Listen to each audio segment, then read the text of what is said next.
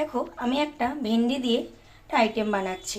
তার জন্য ভেন্ডি, আলু, টমেটো কুচি আর পেঁয়াজ কুচি করে রেখেছি। এদিকে কড়াইতে তেল গরম করতে দিয়েছি, ফোড়ন দিয়ে দেবো কালো জিরে। এবার আমি ভেন্ডি আর আলুগুলিকে ভেজে নিচ্ছি।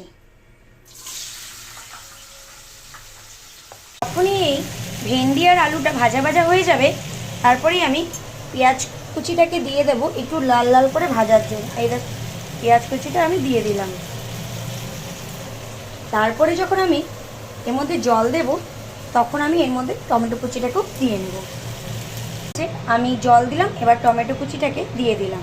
কমপ্লিট বেগুনের এই রেসিপিটা, সরি বেগুন বলছি, ভেন্ডির এই রেসিপিটা, মানে একটু ভুল হয়ে গেছে। তা কেমন লাগছে তোমাদের অবশ্যই কিন্তু কমেন্টে জানিও। খুব শর্ট টাইমের মধ্যে এটা প্রসেস হয়ে যায়। চলো আবার আসছি পরের দিন একটা নতুন ব্লগ নিয়ে।